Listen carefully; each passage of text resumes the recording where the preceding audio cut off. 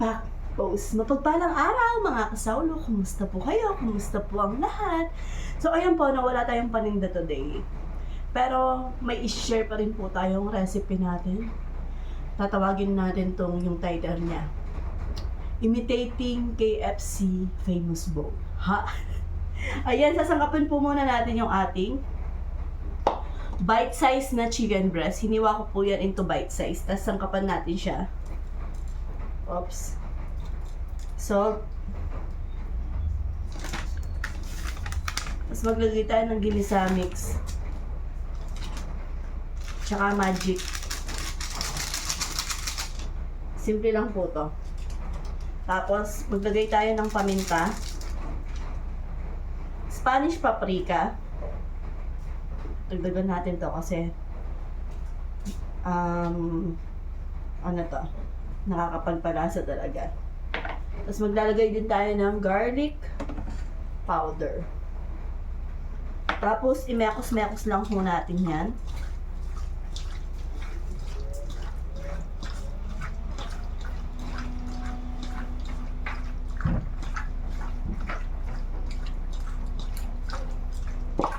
Tapos i-marinate muna natin siya ng at least 45 minutes.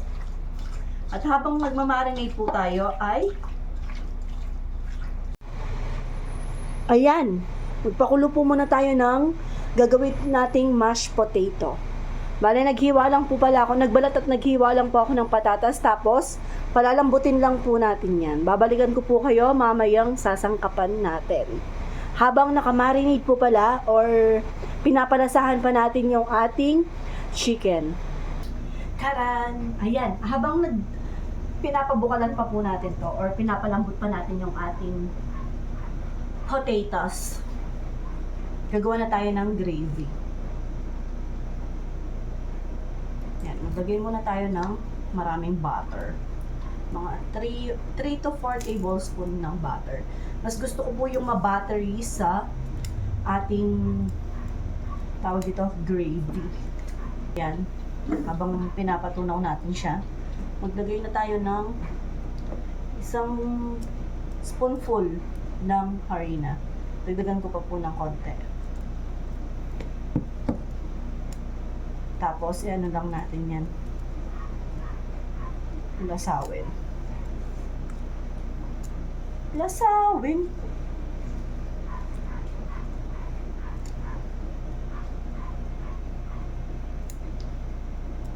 Konting harina pa po. Nakukulangan pa ako. Siguro mga 2 spoonful ng harina po yung nilagay ko.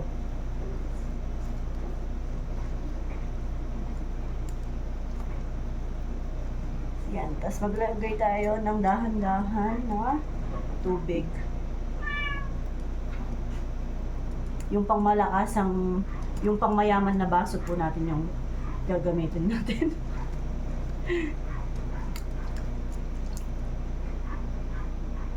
Paunti-unti lang po yung paglalagay ng tubig hanggang sa makuha nyo yung gusto nyong consistency or kung gaano kalapot yung gusto nyong gravy.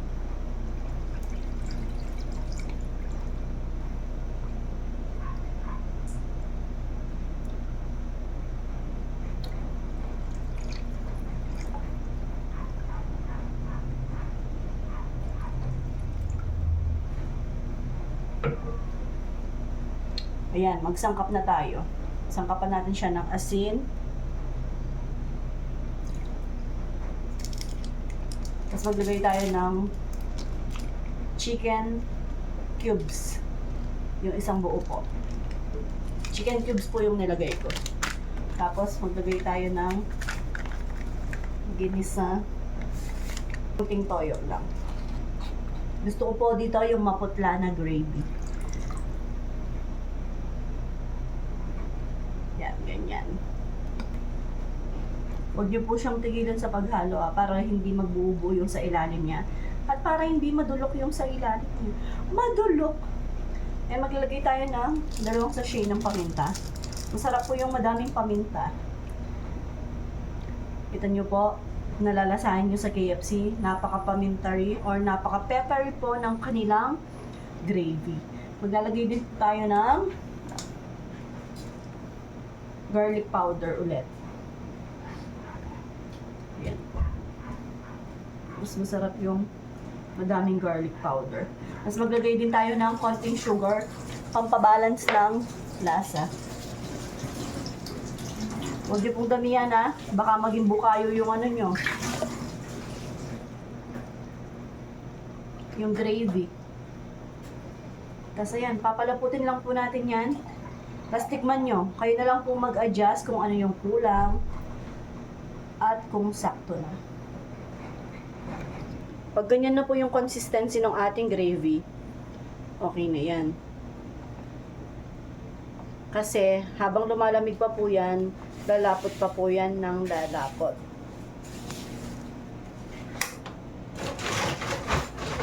Na-drain ko na po pala yung naluto natin na overcook na po yan na potato. Mas masarap po yan pag overcook. Tapos gagamit tayo ng smasher. Kung wala po kayo nito, okay naman yung tinidor. Pero mas mabilis po yung trabaho pag meron ito. So, ayan, sasangkapan na natin siya. Butter. Ilagay na agad natin yung butter para ma-melt habang mainit pa yung ating potato. Tapos maglalagay tayo ng evaporated milk or fresh milk. Kung ano po yung meron kayo dyan. Tapos sasangkapan natin siya ng iodized salt, paminta, at saka ginisa mix. Yan. Tapos smash lang natin siya ng maigi.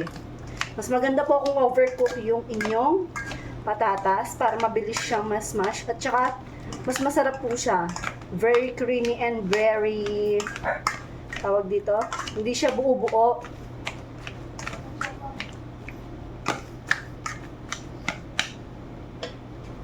Lahatin na natin to.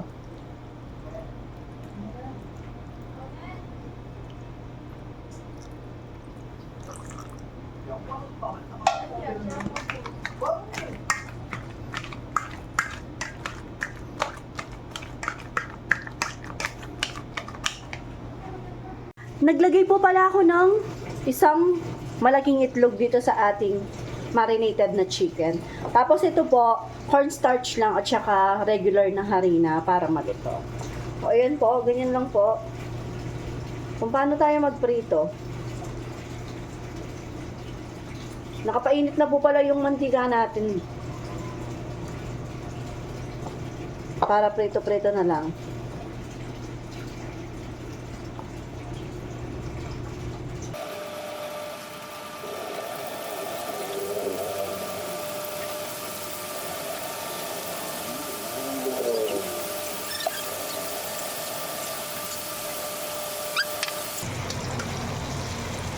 So, ayan po, no? Pag ganyan na siya, pwede nang hanguin yan.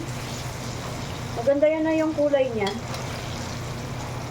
Tapos mag-assemble na tayo habang mainit pa yung mga chicken at saka yung gravy, at saka yung mashed potato para ma-melt pa po yung cheese kasi melted cheese po yung gagamitin natin. Kahit anong cheese naman po pwede, pero mas bet po yung melted cheese. Mas creamy siya.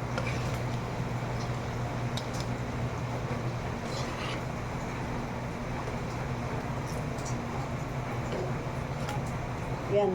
Habang nagpiprito tayo ng second batch, mag-assemble na tayo.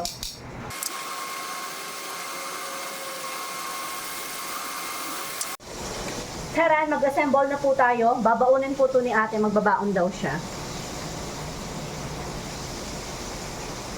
First, maglagay tayo ng mashed patatas. Okay, gustong-gusto ni ate to. Yan po, no? Mashed potato. Tapos maglagay tayo ng corn na ba? Hindi. Eto. Ay, ano ba yung susunod? Etong chicken. Hindi pa kasi kami nakakain nun eh. Chicken.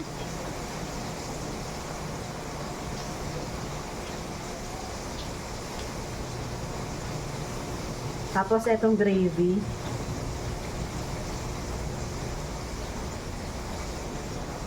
Yan, yung gravy. Tapos wait lang, tabi muna natin to. Lagyan natin yung quick melt cheese. Habang mainit-init pa po yung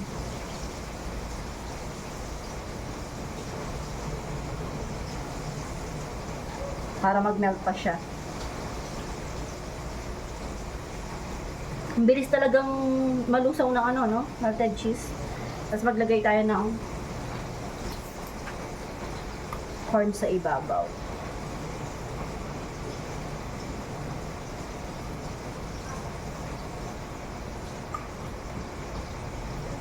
Sarap. Ito po yung baon ni ate. Sarap. Alam niyo po ba, share ko lang. Yung gusto ni ate nung nag-KFC pa tayo madalas nun, doon tayo kumakain. Gusto niya yung fan shots na ano, yung ganyan po. Tapos binibili pa namin siya 2 box para pagka-uwi po, meron siyang ulamin. Siya pa lang yung baby natin nun. Tapos ayan, gagawa tayo ng flavor shots naman. Yan. Video ko labanan din dyan. Mali ko lang yata. Ayan. Ayan na. O. I-tray. Diba ganyan? Ayan pala yung sa atin. Yung flavor shots meal po, diba? Sobrang daming gravy nun. 50 pesos. Pang ano siya? Pang student meal talaga siya. Ayan. Naman yung gravy. Dinig niyo po si Ray Ray, masarap daw po yung gravy. Kain po tayo. Ito po yung famous bowl. Try natin siya. Very famous yan. Yan may paggawa yan na. Famous bowling also yan. Ah.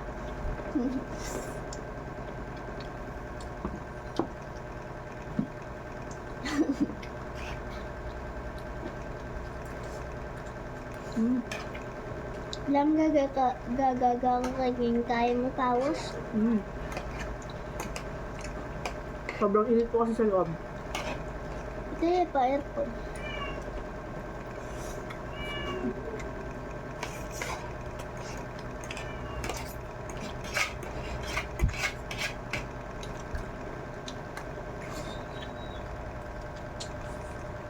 Sarap nito.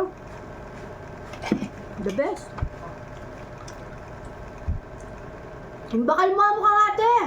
Bilisan mo! Imbakal mo mo! Ate, bakal mo!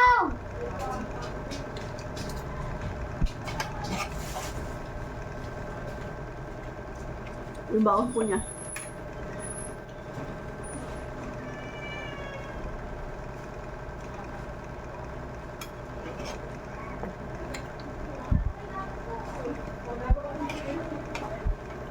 Mapakikutang nung speaker at tuna kaya?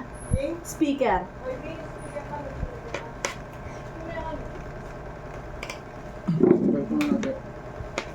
Ayun, bawasan mo ako, Pogs. Sabta. Sige siya. Ang ako pa? Makanya ka ulit.